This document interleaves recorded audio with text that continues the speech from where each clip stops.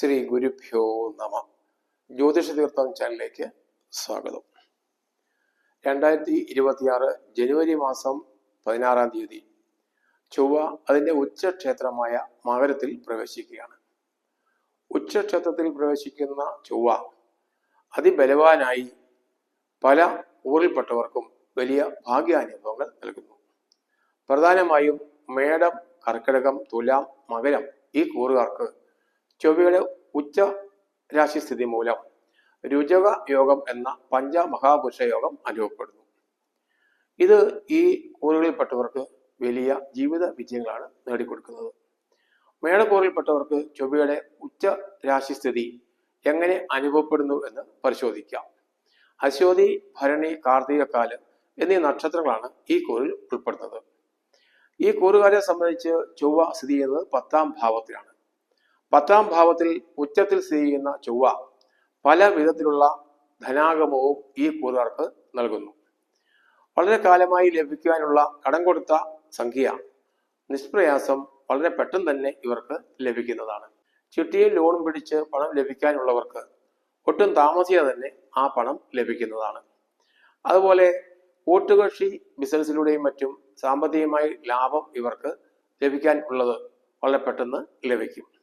മറ്റ് ഇൻവെസ്റ്റ്മെന്റുകളിൽ ഇവർ മുടക്കിയിട്ടുള്ള തുകയ്ക്ക് പ്രതീക്ഷിക്കുന്നതിനേക്കാൾ കൂടുതൽ ലാഭം ഉണ്ടാകുന്നതാണ്. അതുപോലെ തന്നെ എല്ലാ രംഗത്തു നിന്നും സാമ്പത്തികമായ നേട്ടം ഇവർക്ക് വന്നു ചേരും. പ്രത്യേകിച്ചും 10ാം ഭാവത്തിൽ നിന്നും വലിയ സാമ്പത്തിക ലാഭമാണ് ഈ കൂറുകാർക്ക് വരാൻ പോകുന്നത്. കർമ്മരംഗത്ത് വലിയ ഉയർച്ച 10ാം ഭാവത്തിലെ ഈ ഉച്ചസ്ഥനായ ചൊവ്വ മൂലം അനുഭവപ്പെടും. ഇപ്പോൾ ചെയ്യുന്ന തൊഴിലിനേക്കാൾ കൂടുതൽ മെച്ചപ്പെട്ട ഒരു തൊഴിൽ ചെയ്യുവാനും കൂടുതൽ സാമ്പത്തിക നേട്ടം കൈവരിക്കുവാനും ഇവർക്ക് സാധിക്കുന്നതാണ്.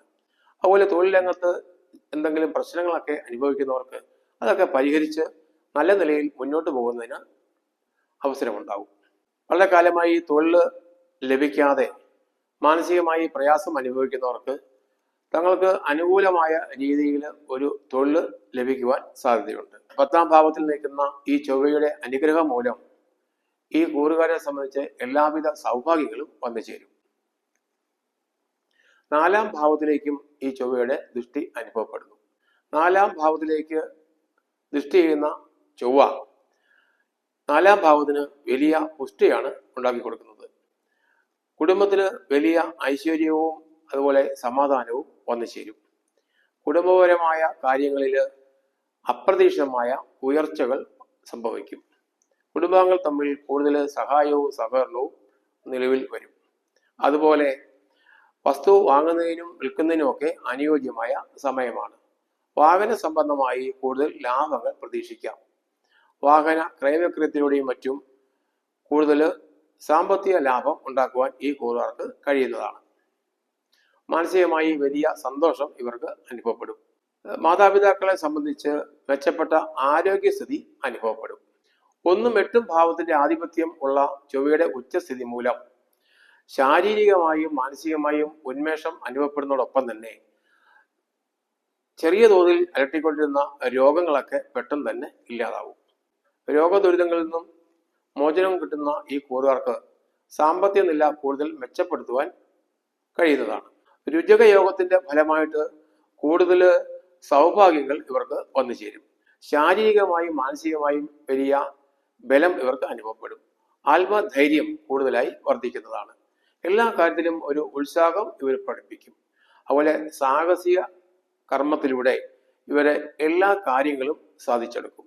എല്ലാം കൊണ്ടും വളരെ മെച്ചപ്പെട്ട ഒരു കാലഘട്ടമാണ് ഈ ചൊവ്വയുടെ ഉച്ചസ്ഥിതി മൂലം ഇവർക്ക് അനുഭവപ്പെടാൻ പോകുന്നത്. 23/2/26 വരെ ചൊവ്വ ഉച്ച ക്ഷേത്രത്തിൽ സ്ഥിതി ചെയ്യും.